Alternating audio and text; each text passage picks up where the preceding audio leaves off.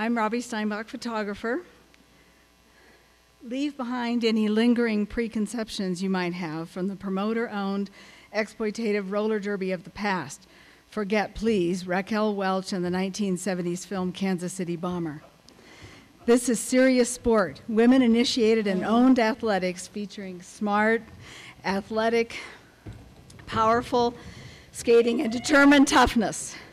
Add to that a little underground vibe with tattoos, skull and crossbone tights, pink ruffled panties worn over torn fishnets, some attitude and a few theatrics, and you have the Taos Whiplashes, our own women's roller derby team.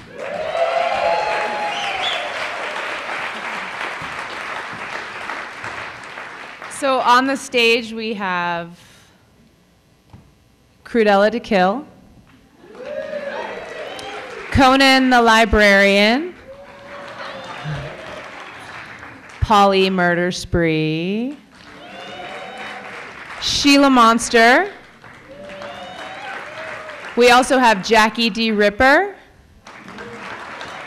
And in the audience we have Hello Clitty. We also have our head ref here, Broseph Stalin. And I'm Yogi Terror. I was this year's captain. The Taos team was formed about 3 years ago, started by women who were intrigued by watching bouts in bigger cities. The roster of the team has changed, members have moved away, new members have joined. But generally there's about 12 or 15 women active at any one time. Roller derby is a complex sport requiring intelligence and perseverance. Physical training is followed by a rigorous skills test for agility and a 100-question written test on the rules of the game.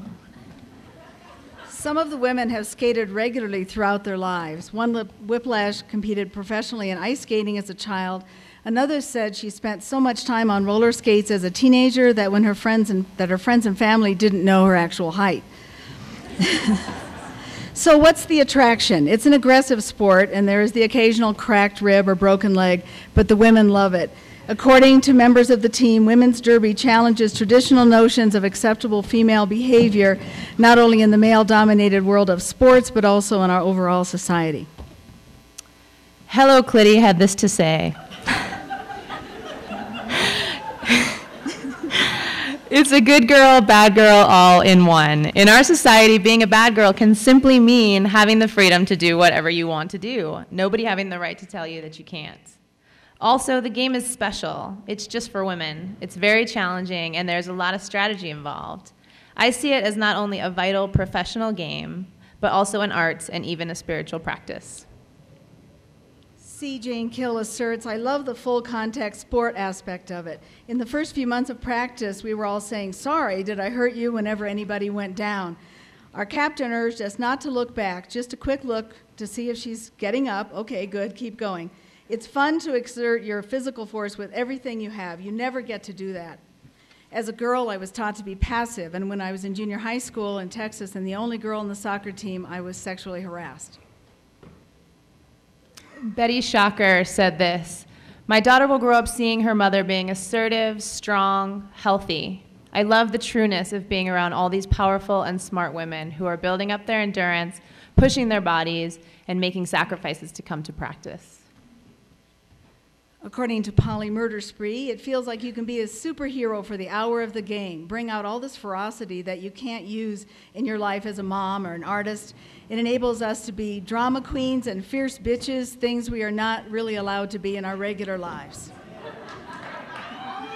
Our old coach, See an Enemy, who's a little crazy, had this to say, what draws me to the sport is the feistiness of it. There is an overly courageous, spastic monster that lives inside of me. And derby is the only space that there's an outlet for that.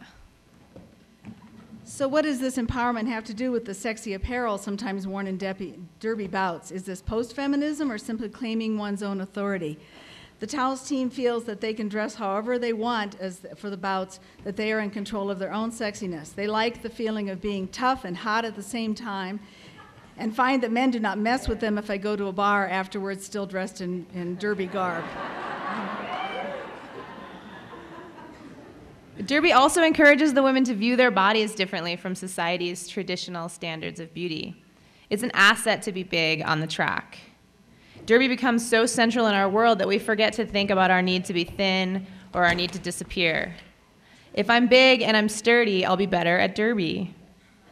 The members of our team look at other women differently. We'll see someone at the gym who looks strong and wonder, do you think we could get her on skates? We need that ass on our team. The community of women is a strong draw, resilient, intelligent, confident, and fearless. A group with diverse interests and professions. They are women who might not have known each other without Derby.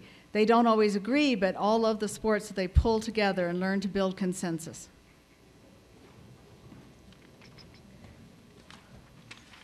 We Whiplashes are fierce in defending our sports.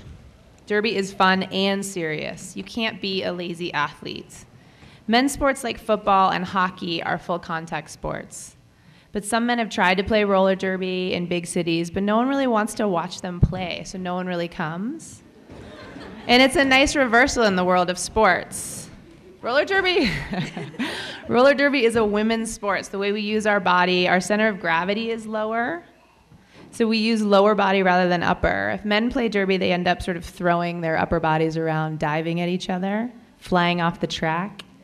I say, let men do sports where they have a ball or a stick in their hand.